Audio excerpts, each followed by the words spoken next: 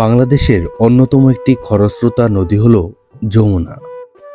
প্রত্যেক বছরের বর্ষা মৌসুম এলেই নতুন রূপে সেজে ওঠে যমুনা নদী। বর্ষার পরপরই শরৎ ও হেমন্তকালের আগমন, আর সে সময় শীতের হালকা আভাস পাওয়া যায়। চরাঞ্চলের ব্যস্ত মানুষরা ছুটে চলে নিত্য প্রয়োজনীয় কাজের জন্য।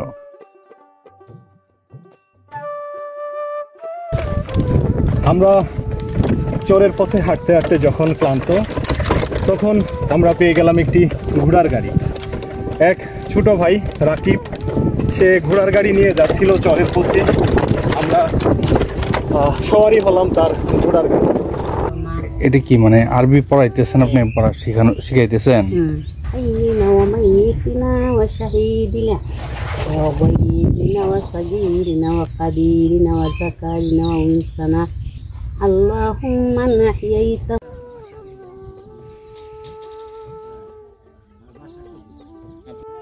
হেমন্তের কুয়াশাচ্ছন্ন সকাল পেরিয়ে আমরা চলে এসেছি সিরাজগঞ্জের কাজীপুর খেয়াঘাটে।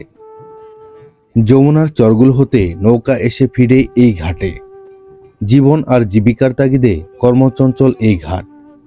নৌকা, নদী আর মানুষের মিতালি বহু যুগের বহুকালের।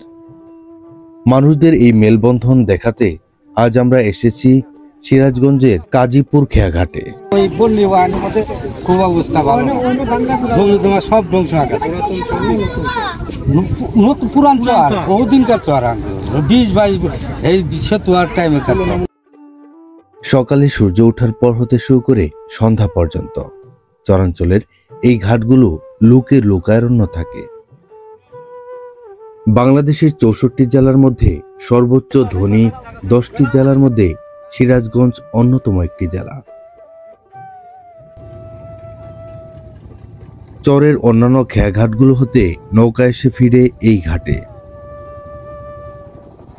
দেখতে দেখতে আমাদের খেয়া নৌকাও ছেড়ে দিয়েছে কাজীপুর খেয়াঘাট হতে।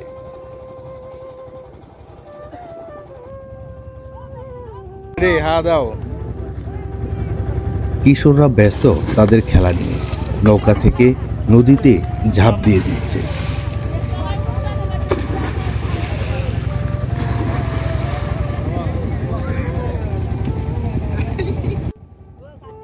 হেমন্তের সকালের মিষ্টি রোদ গায়ে লাগিয়ে আমরা এগিয়ে চলছি চর খানপাড়ার দিকে। ধীরে ধীরে আমাদের খেয়া নৌকা এগিয়ে চলছে যমুনা নদীর মূল অংশের দিকে।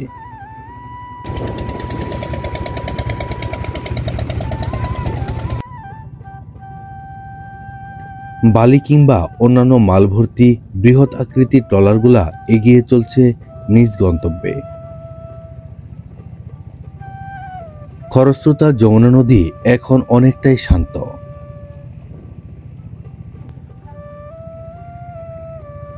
প্রত্যেক বছরের বর্ষা মৌসুম এলেই যমুনা ফিরে পায় তার নতুন যৌবন।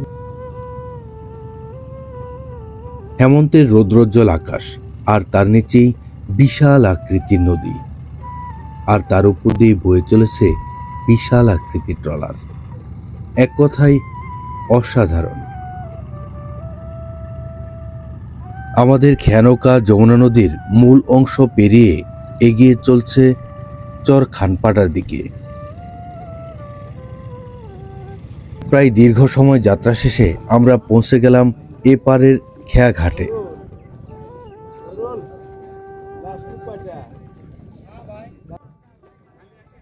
খেয়াঘাটে খেয়া নৌকা নোঙ্গর করার সাথে সাথেই যাত্রীরা নেমে যাচ্ছেন তাদের নিত্য প্রয়োজনীয় কাজের জন্য, আবার অনেকেই নেমে যাচ্ছেন তাদের নিজের বাড়িতে যাওয়ার জন্য। চরাঞ্চলের ঘাটগুলোতে গেলেই দেখা মিলবে কর্মচঞ্চল মানুষদের জীবনচিত্র।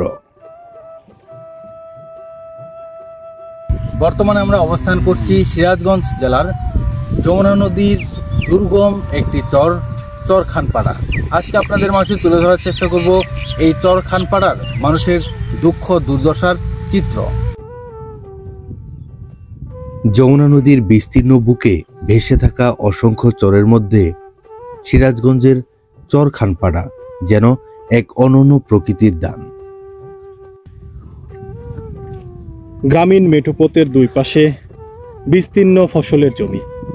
এই জমিগুলোতে বিভিন্ন ধরনের ফসলের আবাদ হয়েছে। এই মেঠোপথ পার হয়েই আমরা যাব খানপাড়া চরে। এই খানপাড়া সিরাজগঞ্জের এক দুর্গম চর। আমরা চরের পথে হাঁটতে হাঁটতে যখন ক্লান্ত, তখন আমরা পেয়ে গেলাম একটি ঘোড়ার গাড়ি। এক ছোট ভাই রাকিব, সে ঘোড়ার গাড়ি নিয়ে যাচ্ছিল চরের পথে। আমরা সবারই হলাম তার ঘোড়ার গাড়ি। রাকিব, কেমন আছো এই চরে? প্রতিদিন কি এই ঘোড়ার গাড়িতে খেপ দাও? রাকিব সাধারণত তার ঘোড়া নিয়ে ঘাট থেকে চরের মানুষের বিভিন্ন ধরনের মালামালগুলো নিয়ে যাওয়া আসা করে। সে প্রতিদিনই এই চরে এই ঘোড়ার গাড়ি দিয়ে খেপ দেয়। চরের মানুষের কাছে ঘোড়ার গাড়ি হলো জাহাজের মতো, যেটিকে আমরা মরুভূমির জাহাজ বলে থাকি। মরুভূমির জাহাজ যেমন উট, ঠিক তেমনি চরের জাহাজ হচ্ছে এই ঘোড়ার গাড়ি।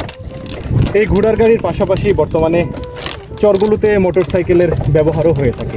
উনি এক ঘোড়ার গাড়ি ধরে আমরা ছুটে চলছি চরের বসতির দিকে। চরের বসতিতে পৌঁছতে হলে আমাদের আরও প্রায় 1 কিলোমিটার এভাবেই ঘোড়ার গাড়িতে করে যেতে হবে। তারপর আমরা চরের বসতির কাছাকাছি পৌঁছাতে পারবো। নদীর স্রোত, বিস্তীর্ণ বালুর চর আর সবুজের সমারোহ মিলিয়ে গড়ে উঠেছে এই চর। এখানে জীবন চলে নদীর স্রোতের সাথে তাল মিলিয়ে, কখনো উজানে আবার কখনো বা ভাটিতে। এটি হলো চর খানপাড়ার একটি বেগুনের ক্ষেত বলে যেটাকে। ফুল চলে এসেছে, হয়তোবা সপ্তাহখানেকের মধ্যেই বেগুন ধরতে শুরু করবে।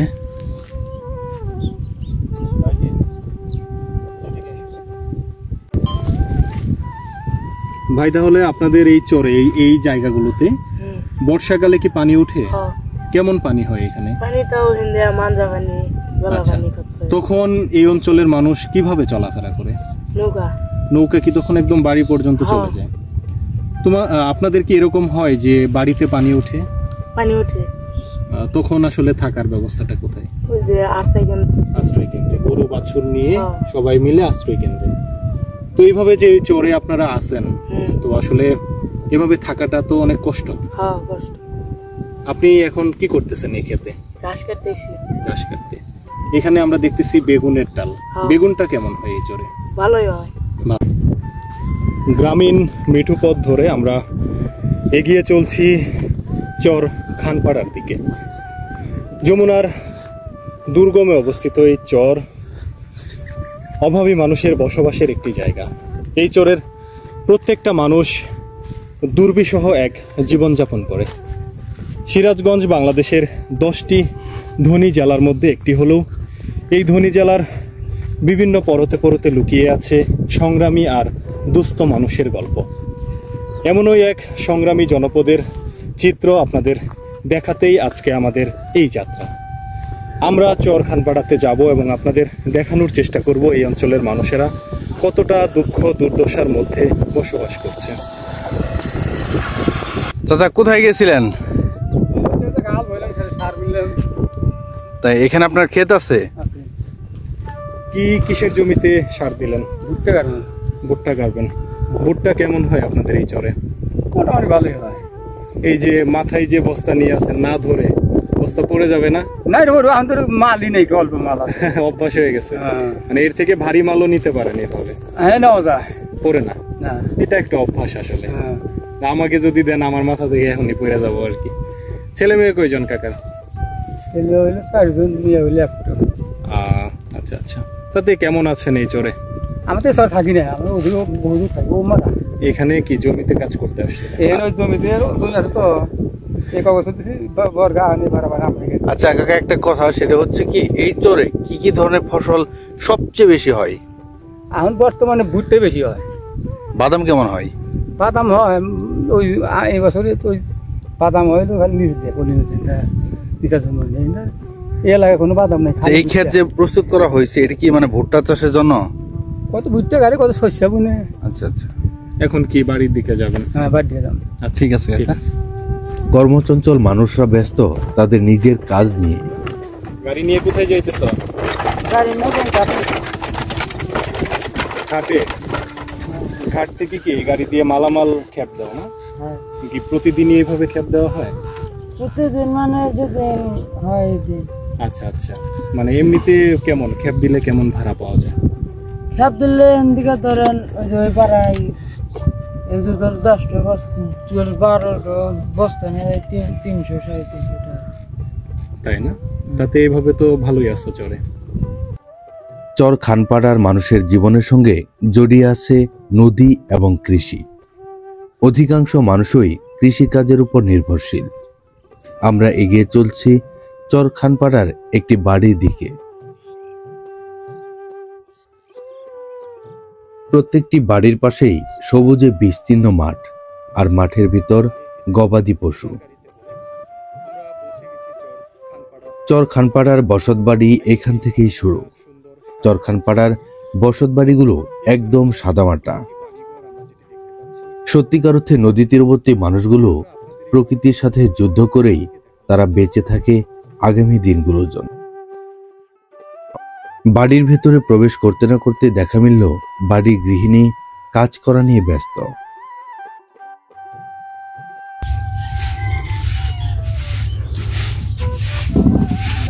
চরের সাদামাটা গৃহস্থ বাড়ি, আউরি ঘরের নিচে বাঁধা ছাগল। চর থেকে কেটে আনা ঘাস খাচ্ছে ছাগলগুলো। এছাড়াও এই বাড়ির যে গবাদি পশুগুলো সেগুলো এখন মাঠে বিচরণ করছে। চরাঞ্চলের এ সকল মানুষের আবাদ মৌসুমের পাশাপাশি গবাদি পশু পালন এক অন্যরকম পেশা। যেহেতু চরগুলোতে গবাদি পশু পালন অনেকটাই সহজ, তাই গবাদি পশু পালনের উপর অনেকাংশেই নির্ভরশীল এই চরাঞ্চলের মানুষেরা। সাদামাটা সুন্দর সাজানো গোছানো এক গ্রামীণ বাড়ি।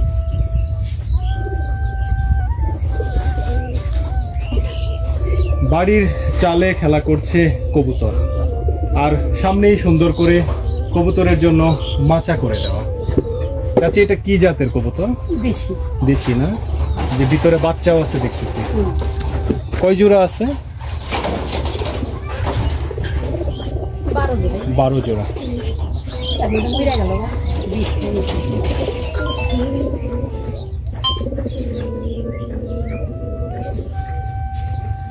সাজানো গুছানো সুন্দর একটি রান্নাঘর, মাটির চুলা, আর এপাশে এটা খুদ জাল দেওয়া গবাদি পশুর জন্য খাবার, খুদের জাল রান্না করা। আর এই যে বাড়িটিতে আমরা অবস্থান করছি, এই বাড়ির উপরে বড় কোনো গাছের অস্তিত্ব নেই। আমরা যতটুকু শুনলাম এই চরের মানুষেরা 2 বছর আগে খুবই সুন্দর করে বেঁধে রাখা পাটকড়ি, আর এ পাশেই রয়েছে খড়ের গাদা। যমুনা থেকে উঠে আসা ঠান্ডা বাতাসে দোল খাচ্ছে কাপড়গুলো। এই সকল চরগুলোতে যত প্রতিবন্ধকতা থাকুক আর যত কষ্টই থাকুক না কেন, এই মানুষগুলোর মধ্যে রয়েছে এক অসম্ভব সুন্দর আন্তরিকতা। এই মানুষগুলোর মধ্যে রয়েছে এক ভালো লাগার, ভালোবাসার অনুভূতি। তাই তো বারবার আমরা দুর্গম এসব চরগুলোতে ছুটে আসি। ঘরের পাশেই সুন্দর একটি বাগান করা, 2-1টি গাঁদা ফুল ধরতে শুরু করেছে গাছগুলোতে। চরে আসলে বাগানের উপস্থিতি বা কোনো বাড়িতে বাগান আমাদের ওইভাবে চোখে পড়ে না, কিন্তু এই বাড়িতে এসে আমরা সুন্দর একটি বাগানের উপস্থিতি লক্ষ্য করছি। এটা কি মানে আরবি পড়াইতেছেন আপনি? পড়া শিখাইতেছেন?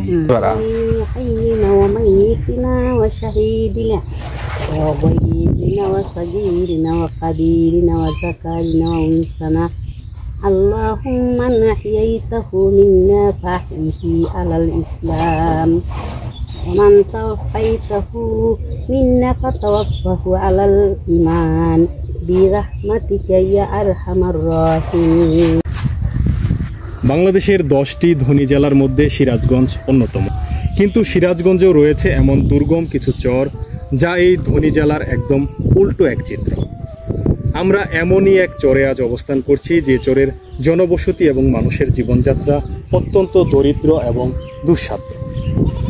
এই মানুষগুলো বছরের প্রত্যেকটা দিন দারিদ্র্য সীমার এক চরম পর্যায়ে বসবাস করে।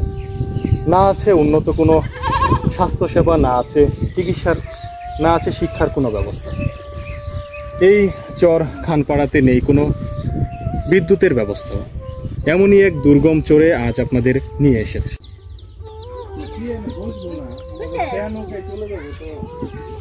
আপনাদের বড়ই পাড়া ইয়েতে মনে হয় বড়ইয়ের গাছগুলো বেশি, ওইখানে কয়েকটা ইয়েতে উঠলাম। আসলে চরাঞ্চলের মানুষগুলো একদম সাদামাটা। তারা খুব সহজেই অপরিচিত অজানা মানুষদের সাথে খুব মিশে যেতে পারে।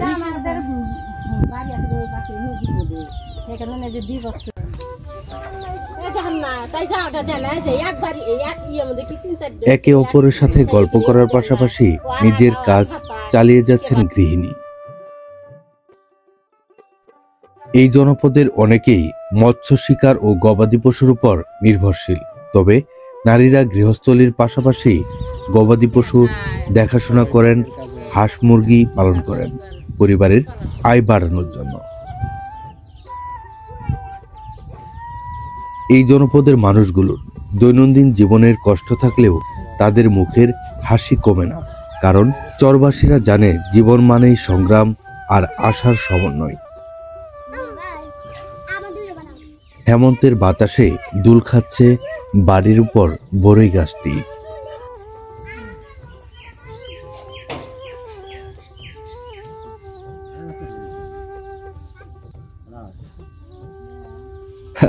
ছাগলের বাচ্চাটিও আমার সাথে একটু খুনসুটি করা নিয়ে ব্যস্ত। আমরা প্রবেশ করছি আরো একটি সাজানো গোছানো সুন্দর এক চোরের বাড়িতে। এই বাড়িতেও কবুতরের উপস্থিতি লক্ষ্য করছি, আর ঘরের চালের নিচে সুন্দর করে কবুতরগুলোর জন্য বাসা বানিয়ে রেখেছে।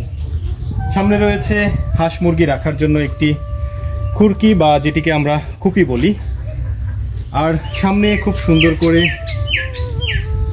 একদম লেপে রাখা গ্রামীণ সুন্দর মাটির চুলা।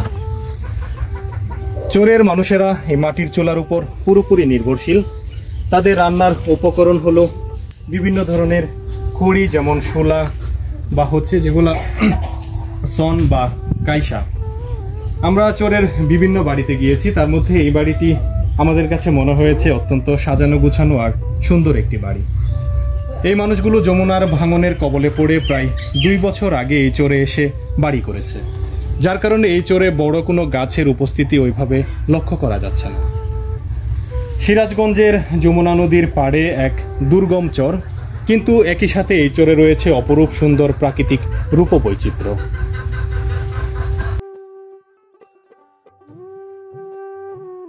চরাঞ্চলের প্রায় সবগুলো বাড়িতে গেলেই দেখা মিলবে গবাদি পশু পালন। সুন্দর করে তৈরি করা একটি আউরি ঘর, আউরি ঘরের নিচে বাঁধা গবাদি পশু। এই চরে আমরা যে বাড়িতেই যাচ্ছি সেখানেই গবাদি পশুর উপস্থিতি লক্ষ্য করছি। যেহেতু এই চর থেকে পাশের তৃণভূমি অনেকটা কাছে এবং এই মানুষগুলো অন্য একটি চর থেকে এখানে নতুন বসতি স্থাপন করেছে, যার কারণে কৃষিকাজের পাশাপাশি তারা গবাদি পশুর উপর অনেকাংশেই নির্ভরশীল। গ্রামের আরও একটি বাড়ি, এই বাড়িটি চারপাশেই টিন দ্বারা বেষ্টিত। আমরা সামনে দেখতে পাচ্ছি একটি রান্নাঘর, অত্যন্ত সুন্দর সাজানো গোছানো ছিমছাম। রান্নাঘরের চারপাশের বেড়াগুলো হচ্ছে শুলা বা যেটিকে আমরা পাটখড়ি হিসাবে চিনি, পাটখড়ি দিয়ে বেষ্টিত। সুন্দর করে লেপে পোছে একদম ঝকঝকে করে রাখা একটি রান্নাঘর। এই চরে এসে আমরা ব্যতিক্রম একটি জিনিস লক্ষ্য করছি। এই চরের বাড়িঘরগুলো সাদামাটা হলেও এখানকার মানুষ, যে কারণে প্রায় প্রত্যেকটি বাড়িতেই খুব সুন্দর করে বাড়ির জিনিসপত্রগুলো সাজানো গোছানো। চাচা, আপনার এখানে এই চরে কোনো শিক্ষা প্রতিষ্ঠান আছে? নাই। তো আপনাদের এখানে তো অনেক বাচ্চা কাচ্চা দেখতেছি, এরা আসলে কিভাবে পড়াশোনা করে? পড়াশোনা হয় ওভার যাওয়া নাকি? সবাই কি শিক্ষা প্রতিষ্ঠানে যায়? যায়, পোলাপান তো যায় যায় না। আচ্ছা, এখানে ধরেন হঠাৎ করে কেউ যদি অসুস্থ হয়ে যায় রাত বিরাতে, সেই ক্ষেত্রে তার চিকিৎসার ব্যবস্থাটা কি এখানে? চিকিৎসার ব্যবস্থা হয় ওভার, তাছাড়া বুঝতে না। তার মানে আপনাদের হচ্ছে একটু ন্যূনতম যে দরকারটা সেটা পূরণ করতে হলো আপনাদের নদীর ওই পারে যেতে হয়, যেতে হয়, যেটা তো আসলে এই চর থেকে সচরাচর যাওয়াটাও সম্ভব না। সম্ভব না। তো আসলে সবকিছু মিলিয়ে এই চরে যে আছেন আপনারা কেমন আছেন? আছে, খুব ভালো আছে। এমনিতে ভালো আছেন, কিন্তু চিকিৎসা শিক্ষার যে ব্যবস্থাটা সেটা আসলে ওইভাবে নাই। আপনারা কি চরের মানুষ সবাই আবাদ মৌসুম করতেছে? আবাদ মৌসুম তো ভালো হইলো, ভেঙে গেছে। এই চরের মানুষের আসলে নিজেদের জমি জমা কেমন? আমরা ভাড়া থাকতে, মানে এই জায়গাগুলোও তো হচ্ছে ভাড়া নেওয়া আপনাদের। বছরে কেমন দিতে হয়? মেলা ৬,০০০। ৬,০০০। কিন্তু কখনো যদি হঠাৎ করে জমির মালিক বলে যে ছেড়ে দিতে হবে, এটা তাহলে হয়ে যাবে। কোনো এরকম তো চুক্তি করা নাই যে আমি 5 বছর থাকবো, কতদিন থাকবো, মানে ওনার মর্জি মতো। মালিক দিলে এখানে কয় যে ঘর ভেঙে চলে যাও, তাই জানো।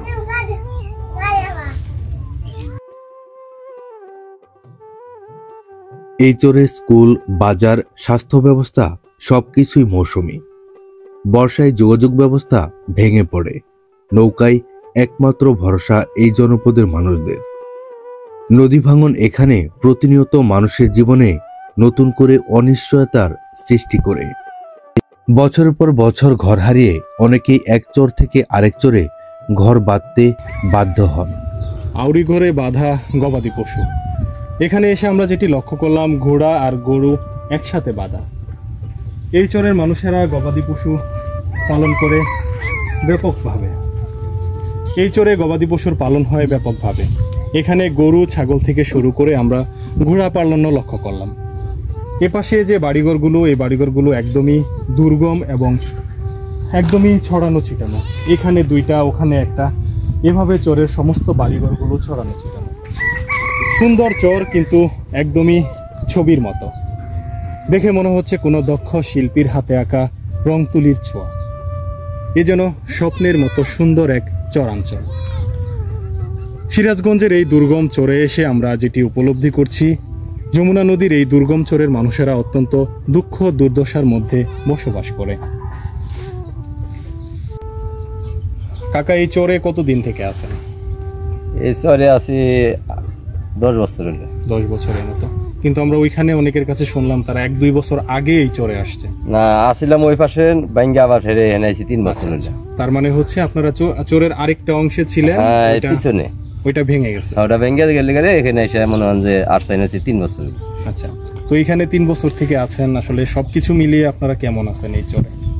এখন কেমন আনবার, নদী ভাঙ্গা এলাকা, বোঝেন না কেমন থাকতে পারি। এখন এই জোনারা দিয়ে ফালি কিছু আর টুকটাক আবাদ টাবাদ করে মনে হয় যে এখন চলাফেরা করতেছে। আপনার ছেলে পেলে বা নাতিন যারা, তারা আসলে এখানে পড়াশোনা কোথায় করে? এখন পড়াশোনার এখানে খুব কষ্ট, স্কুল নাই। একটা স্কুলে এনে ওর কথা তা তো হইতেছে না।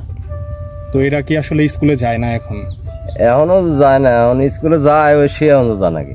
কিন্তু এত দূরে যে পড়াশোনা করাটা তো আসলে সবসময় সম্ভব না। আর এমনিতে যে চরের আবাদি জমি, এই জমিগুলোতে আসলে কি ধরনের ফসল ভালো হয়? এখন ফসল এখন বর্তমানে ভুট্টা, যে ধান টান কিছু আবাদ টাবাদ করে, এটাই ভুট্টার আবাদি এখন বর্তমানে। ভুট্টাটাই ভালো হয়। এখানে বাদাম কেমন হয়? বাদামও মোটামুটি ভালো হয়, সরসারি। এই চরের অল্প কয়েকটি ঘর টিনের চালওয়ালা, তবে বেশিরভাগ ঘরগুলো সোলার বেড়া কিংবা সন দিয়ে নির্মিত। চরখানপাড়া শুধু সংগ্রামের গল্প নয়, এটি সৌন্দর্যেরও ঠিকানা। ভোরের আলোয় নদীর পানিতে ঝিকঝিক দেয়, সন্ধ্যায় লাল সূর্য ডুবে যায় বালুচরের আড়ালে। প্রকৃতির এই রূপ মানুষকে প্রতিদিন নতুন করে বাঁচার সাহস দেয়, বাঁচার প্রেরণা দেয়। যমুনাচর শুধুমাত্র ভৌগোলিক এলাকা নয়, এটি মানুষের আবেগ, আশা, স্বপ্ন আর সংগ্রামের মিশেল। চরখানপাড়ার মানুষের জীবন অনেক কষ্টের হলেও এখানকার মানুষ আস্থা রাখে আগামী দিনের উপর। নদীর মতোই তারা এগিয়ে যায়, বদলায়, আবার নতুন করে জীবন গড়ে তোলে। প্রতি বছরই বদলে যায় চরখানপাড়ার মানচিত্র। যমুনার স্রোত যেদিকে ইচ্ছে সেদিকেই কাটে নতুন পথ। দেখলাম ওই পাশে নাকি? আপনার মনে দেখছি ওই পাশের ইয়েতে দেখা হয়েছিল আপনার সাথে আমাদের? ও আচ্ছা, এই যে ওই যে চাচার সাথে। হ্যাঁ হ্যাঁ হ্যাঁ, না বসবো না। চরাঞ্চলের মানুষগুলো একদম সাদামাটা এবং অতিথি পরায়ণ। দেশীয় প্রজাতির লাউগুলো ঝুলে আছে মাচাতে। কীটনাশক সারবিহীন এই সকল লাউগুলো খেতে যেমন সুস্বাদু, একই সাথে এই লাউগুলো চরের এ সকল মানুষের প্রয়োজন মিটিয়ে থাকে। শীতকালে চরাঞ্চলগুলোর পলিজমা উর্বর মাটিতে ফুটে ওঠে সোনালী ফসল ধান, পাট, মসুর ডাল, তিল আর সবজির বাগান। প্রকৃতি এখানে কঠিন কিন্তু একই সঙ্গে অদ্ভুত সুন্দর, রুক্ষতা আর কোমলতার এক অপূর্ব মিশ্রণ। এটা কি আপনাদের নিজস্ব জায়গা? না, নিজস্ব না। লাউ তো মোটামুটি ভালোই ধরছে। হ্যাঁ, এলা বড় লিতে নেওয়া হলেন না। না, আমরা অনেক দূরে যাবো, এগুলো আসলে অনেক দূরে নেওয়া সম্ভব না। 6 বছর করে মাসে বছরে 6,000 করে টিকা দিই। দিয়া রয়েছি 2 বছর। এটা কি আপনাদের বিঘা প্রতি নাকি কিভাবে, মানে আপনার বিঘা প্রতি যে বিঘা প্রতি নিতেছে 6,000। আপনার এইটুকু জায়গায় কত দিতে হয়? এবার 5,000 দিচ্ছি। আচ্ছা, মানে 1 বিঘার কাছাকাছি এখানে ওই গরু বাছুর এই সব মিলায় আর কি। তাহলে আপনারা কি মিলে না, খালি আমি এই দিচ্ছি থাকার জায়গাটুকু আর কি। তাহলে আপনারা কি 2 বছর আগে এখানে এসে বাড়ি 2 করছেন? বছর আগে নিয়ে আইছি। আচ্ছা আচ্ছা। এর আগে কোন চরে জানিছিল? হাট বয়রাই আসছিলাম, গুদুগুর পাশে আসছিলাম। এই জন্য এটারে হাট বয়রা বলে, কারণ এই মানুষগুলো ওই পাশে ছিল। হ্যাঁ। ঠিক আছে আপা, থাকেন। চিনতে পারছেন? এটি হচ্ছে গরুর মুখে দেওয়ার ঠুনা। আগে যখন গবাদি পশু দিয়ে চাষ করা হতো তখন গবাদি পশু যেন ঘাস বা অন্য কিছুতে মুখ দিতে না পারে, তার জন্য গরুর মুখে এভাবে ঠুনা পরিয়ে দেওয়া হতো। এখনও দুর্গম এই চরগুলোতে এই ঠুনার প্রচলন রয়ে গেছে। আমরা অনেক চরেই যাই, কিন্তু এই ঠুনা খুব বেশি চরে আমাদের চোখে পড়ে না। এই দুর্গম যমুনার চরে এসে আমরা ঠুনার উপস্থিতি লক্ষ্য করলাম। আমার সামনে যে দালানটি দেখতে পাচ্ছেন, এটি হচ্ছে চরের একটি আশ্রয় কেন্দ্র।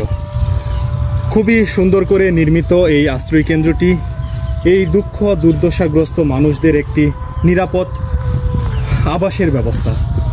যখন এই চরগুলোতে ভয়ঙ্কর বন্যা হয় তখন এই মানুষগুলো আসলে কোথাও যে আশ্রয় নেওয়ার সুযোগ থাকে না। তাই তো সরকারিভাবে নির্মাণ করা হয়েছে এই আশ্রয় প্রকল্পটি। আশ্রয় প্রকল্পের সামনে বিশাল একটি মাঠ। যেহেতু চরের মানুষেরা নিজেদের পাশাপাশি গবাদি পশু নিয়ে এ সকল আশ্রয় কেন্দ্রে এসে আশ্রয় নেয়, তার কারণে আশ্রয় কেন্দ্রের সামনে রয়েছে বড় একটি মাঠ। ভাই, এই যে আশ্রয় কেন্দ্রটা, এটা আসলে আপনাদের চরের মানুষের কি উপকারে আসে? এই বর্ষা মাসে এখানে মানুষজন বাড়ি ঘরে পানি উঠলে এখানে এসে আশ্রয় নেয়। আপনি কি এই আশ্রয় কেন্দ্রে কখনো আশ্রয় নিয়েছেন? হ্যাঁ, আমরাও নিয়েছিলাম। এই বছর উদ্বোধন হইলো কি শেষ, সে বছর আঙ্গুর বাড়িতে পানি উঠছিল, আমরা এখানে আসছিলাম। আমরা আশ্রয় কেন্দ্রটি দেখতে পাচ্ছি ভাঙাচোরা, গেট ভাঙা। এটার কারণটা কি? এর যে 5 তারিখের পরে এটা নোটপাট করে নিয়ে গেছে। আচ্ছা, এই আশ্রয় কেন্দ্রটা যদি ঠিকঠাক থাকতো, ভালো থাকতো, তাহলে আপনাদের তো উপকারই আসতো। হ্যাঁ, উপকার মানে পুরাই উপকার, সব এলাকার মানুষজনের উপকারী আসতো। এখন আমরা আশ্রয় কেন্দ্রের ভেতরে প্রবেশ করার চেষ্টা করব। আসলে কিছু অসাধু ব্যক্তি 5 তারিখের পর তারা এটির থেকে অনেকগুলো ফ্যান ছিল, 2000 ওয়াটের সোলার ছিল, এগুলো লুটপাট করে নিয়ে যায়, যা বর্তমানে এখন পতিত অবস্থায় রয়েছে।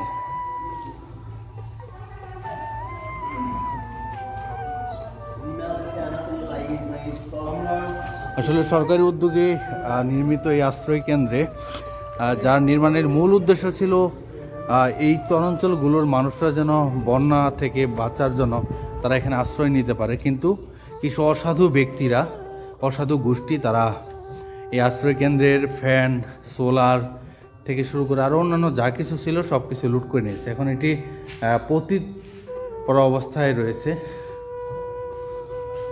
তবে এই বাজে কাজটা হওয়ার ফলে এই জনপদের মানুষরা যথেষ্ট, মানে তাদের কাছে এই আশ্রয় কেন্দ্র নিয়ে কিছু বললেই খুবই দুঃখ প্রকাশ করে যে এই আশ্রয় কেন্দ্র আমাদের বন্যার সময় আমাদের বেঁচে থাকার একটা ভরসা ছিল, কিন্তু যদি এখন ফুল স্ট্রাকচার বিল্ডিংয়ে সব কিছু ঠিক আছে, কিন্তু এছাড়া অন্যান্য যে সুবিধাগুলো ছিল এই সুবিধাগুলো হয়তো বা তারা আর পাবে না। জাল তো মোটামুটি রেডি হয়ে গেছে না? এটা দিয়ে উদ্বোধন করবেন কবে? আগামীকাল তাহলে আমরা থাইকে যাই। আপনার বাঁশপাতারি মাছ খাই। আর কি কি মাছ ধরবে এটাই? বাঁশপাতারি গাইরা গাইরা বাসা বাসা। আচ্ছা, অনেক জায়গায় যে ঘাইরা মাছটা ওই যে দিয়ে ধরে, যে মুরগি দিয়ে তেল দিয়ে কি জানি একটা ফাঁদ পাতে না, এখানে ধরে না এভাবে? না, আমরা জাল, আপনারা জাল দিয়ে ধরেন। ঠিক আছে ভাই, কাজ করেন।